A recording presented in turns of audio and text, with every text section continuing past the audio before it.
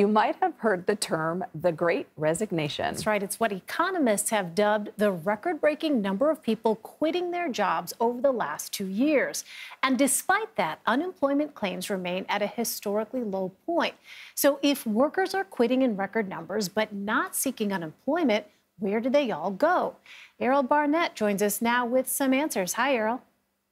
Hey there, Elaine and Nikki. Great to see you both. Most of those who quit usually re-enter the workforce in a different job. But take a look at this. Only 62% of the working U.S. population is actively working or looking for a job. And that, as you see here, is the lowest rate since the 1970s. What about the older workers? Well, many of them simply retired. More than half of all those not working, surveyed by the St. Louis Federal Reserve, cited retirement as the reason. And it's normal that more Americans are retiring early as the baby boomer generation gets older. But COVID-19 accelerated that trend. Take a look at this. In green, you see that 15% of workers actually left to take care of their families. And that share of the working folks who weren't in the labor force due to family care was previously decreasing, but it jumped in 2020 after daycares and schools closed, and it really has remained at higher levels than before. Another 15%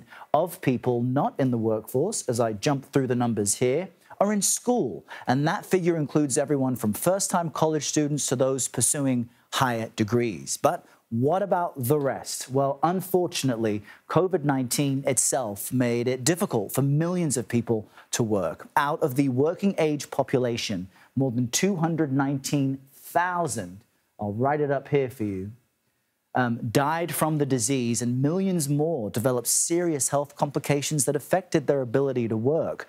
On the flip side, others started their own companies instead of going back to a more traditional job. Get this, between early 2020 and late 21, a record-breaking 10 million applications were filed to form new businesses. So the turnover that we're seeing in the labor force isn't likely to change anytime soon. In fact, a recent labor survey showed that 20% of workers said they plan to quit their job this year.